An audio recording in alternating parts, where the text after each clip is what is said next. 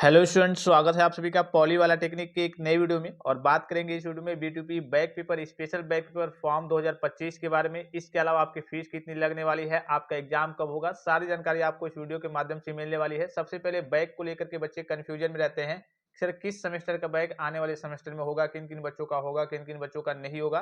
तो सिंपल सरल और आसान भाषा में आपको बताता हूँ कि अगर आपकी प्रीवियस कोई भी बैक है तो आने वाले सेमेस्टर में आपका एग्जाम होगा। जैसा कि आप सभी स्टूडेंट्स को मालूम है कि ऑड सेमेस्टर का एग्जाम जो है, बैक पेपर का एग्जाम जो है वो लगातार होते रहता है। और इवेंट सेमेस्टर की बात करें तो इवेंट सेमेस्टर का केवल इवेंट सेमेस्टर में होता है। तो आपको मालूम है कि ये आपका आ रहा है जो सेकंड सेमेस्टर, फोर्थ सेमेस्टर और सिक्स सेमेस्टर, ये आपका इवेंट सेमेस्टर है। तो इवेंट सेमेस्टर का तो इवेंट सेमेस्टर में होता ही है। तो चलिए इवेंट सेमेस्टर का मान लीजिए कि आप कोई बच्चा है फोर्थ सेमेस्टर में है और इसकी सेकंड सेमेस्टर में बैक लगी थी तो इसका इसमें होगा ही।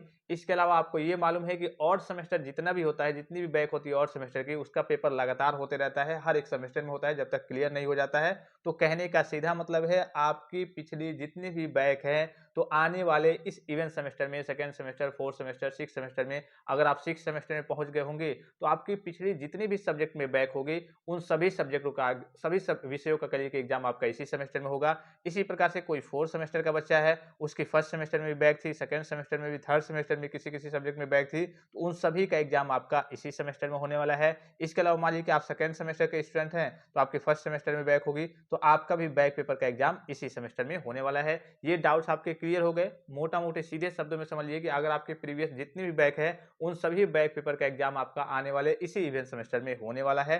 ये डाउट्स आई होप कि आप सभी स्टूडेंट्स के क्लियर हो गए होंगे। अब फॉर्म के बारे में बात कर लेते हैं और फीस के बारे में बात कर लेते हैं और आपके एग्जाम की डेट क्या रहने वाली है इसके बारे में बात कर लेते हैं। तो सबसे पहले जो सेमेस्टर वाले नॉर्मल, जो रेगुलर सेमेस्टर वाले, second semester, fourth semester, six semester आपका आने वाला है, इसका मालूम है आपको कि 420 रुपए प्रति सेमेस्टर लगता है। जो कि आपने जब फीस, एडमिशन फीस आपने दिया होगा तो उसमें देखा होगा आपने 8,840, ठीक है। एक आपका होता है 840 करके होता है जो आपका करिए कि एग्जामिनेशन फी होता है। तो ये आपका 420 420 840 ये आपका फीस जब जमा होता है ईयरली, जब आपका फर्स्ट ईयर का, सेकंड ईयर का, फाइनल ईयर का जमा करते हैं तो उसी के साथ ले लिया जाता है। आपको ये देना नहीं होता है, ये आपका फीस के साथ ही। देखा होगा आपने उसमें 3 सेक्शन होते हैं, 8,840 और 2170, ठीक है। आपने फीस जमा किया होगा तो ये आपके 840 एग्जामिनेशन फी होते हैं। तो ये आपका पहले ही जमा हो जाता है, ठीक है। अब बात कर लेते हैं, ये तो रेगुलर वाले बच्चों का हो गया। अब बात कर लेते हैं बैक वाले बच्चों के लिए और स्पेशल बैक वाले बच्चों के लिए, ठीक है। तो बैक की बच्चों की बात करें तो अगर आपकी मान लीजिए कि किसी सेमेस्टर में बैक है तो एक सब्जेक्ट में बैक होगी, दो सब्जेक्ट में बैक होगी, तीन सब्जेक्ट में बैक होगी,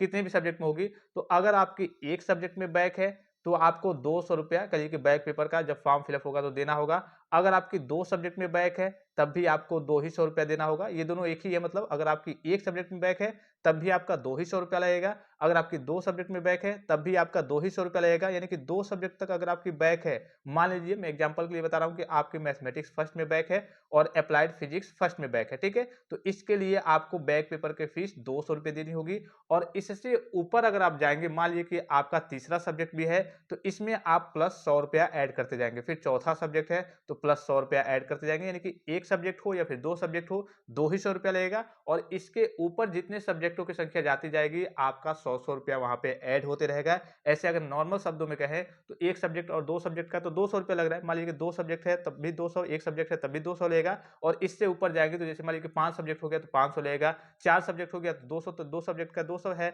उसके बाद से तीसरा सब्जेक्ट और चौथा सब्जेक्ट तो 200 और ऐड हो जाएगा 100 करके, तो 400 हो जाएगा। तो सीधे कहने का मतलब है अगर आपकी दो से ऊपर अगर आप जाएंगे तो जितने सब्जेक्ट की संख्या होगी वैसे करिए कि आप 100 से मल्टीप्लाई कर लीजिए। जैसे अगर दो सब्जेक्ट है तो 100 से मल्टीप्लाई कर लीजिए, 200 हो जाएगा। चार सब्जेक्ट में बैक है तो 4 से मल्टीप्लाई कर लीजिए, 400 हो जाएगा। अगर एक सब्जेक्ट में बैक है तब भी आपका 2 ही 100 रहेगा, ठीक है। एक और दो पे सेम लगता है और इससे ऊपर जाएंगे तो 100 रुपए आपका ऐड होते रहता है। तो ये आपका करिए कि बैक पेपर की फीस होती है। स्पेशल बैक के बच्चों की बात करें तो आपका लगता है 370 रुपए। आपका 370 क्यों लगता है भाई? जो स्पेशल बैक होते हैं पास आउट हो गए होते हैं तो उनका तो चलिए कि मार्कशीट वगैरह बन के आ गया होता है, फिर से करिए कि वो जब पास करेंगे तो उसका एक अलग से मार्कशीट बन के आता है, खर्चा वगैरह ज्यादा लगता है।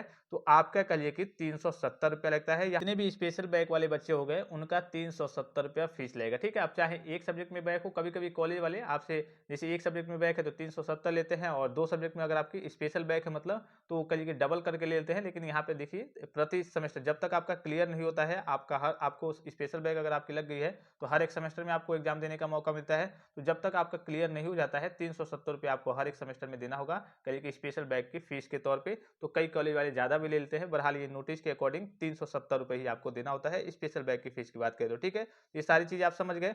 अब बात कर लेते हैं कि आपके बैग पेपर और स्पेशल बैग पेपर का फॉर्म कब से फिलअप होने वाला है, सभी का फॉर्म कब से फिलअप होगा। तो ये जो आपका फॉर्म फिलअप होने वाला है, ये आपका इस बार की बात करें तो मई के मिड में, यानी कि बीच में मई से लगभग हो सकता है कि 10 मई या फिर 15 मई से आपका फॉर्म फिलअप होना स्टार्ट हो जाएगा। इससे पहले भी हो सकता है कि मई के शुरुआत में ही आपका फॉर्म फिलअप होना स्टार्ट हो जाए। तो जैसे ही अपडेट आएगी मैं आपको इन्फॉर्मेशन दे दूंगा, कैसे फॉर्म को फिलअप करना है, कैसे फी वगैरह सबमिट करना है, ये सारी जानकारी आपको मिल जाएगी।